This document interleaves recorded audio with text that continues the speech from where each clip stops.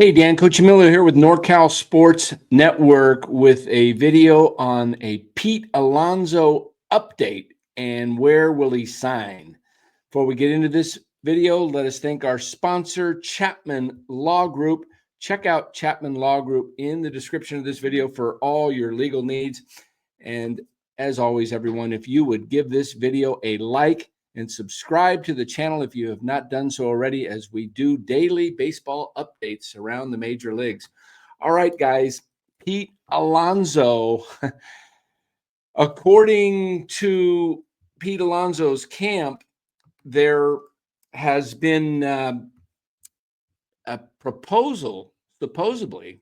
Michael Barron reports that Pete Alonso's agency has offered the Mets a 3-year deal with opt-outs, and that's exclusive to them and not to other clubs. Barron also said on Friday the 10th, he said, this is an opinion. If the Mets have been offered a 3-year deal with opt-outs for Pete Alonso, that would suggest there are no other substantial offers available for him. If there were, why would they do the Mets any favors right now, a month from spring training? Kind of makes sense, doesn't it? That Pete Alonso is not getting the offers that he was looking for. He earlier turned down reportedly a 3-year, $90 million offer from the Mets to remain a New York Met, and he has been with them for his entire career. Pete Alonso, I don't know why more clubs are not interested. I mean, I look at the San Francisco Giants. Just a couple years ago, they were going after Aaron Judge.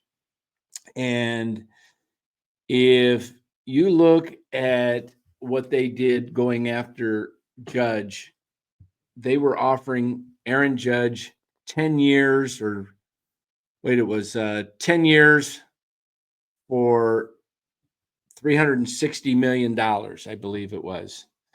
And then the Mets went ahead and matched that. Pete Alonso is not going to take anywhere near a 10-year deal. You could get Pete Alonso for a 4-year deal, I believe, right now. And why the San Francisco Giants are not going after Pete Alonso, they have nobody like him. If you look at Pete Alonso's stats and see, is there anyone near him from the San Francisco Giants? Take a look at his home run totals. He's hit 226 home runs in 7 big league careers, and that includes 2020 with a very shortened season.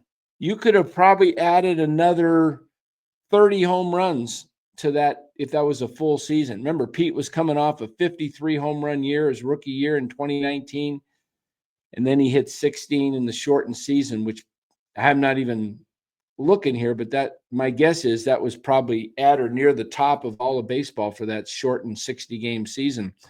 16 homers, and then 37, 40, 46, 34. Heck, the San Francisco Giants have not had a 30 home run hitter since Barry Bonds in 2004. We're talking over 20 years that the Giants haven't had a 30-plus home run hitter. Pete Alonso's sitting right there for you to go out and take.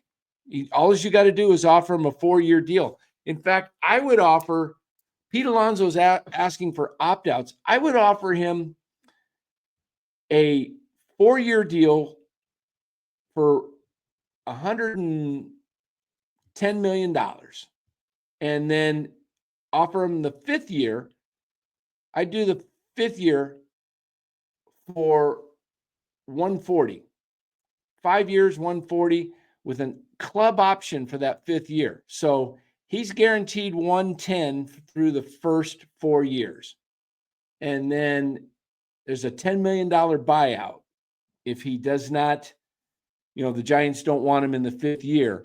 The Giants could basically give him 4 years, 120. 110 plus the $10 million opt-out, and the Giants have Pete Alonso for 4 years.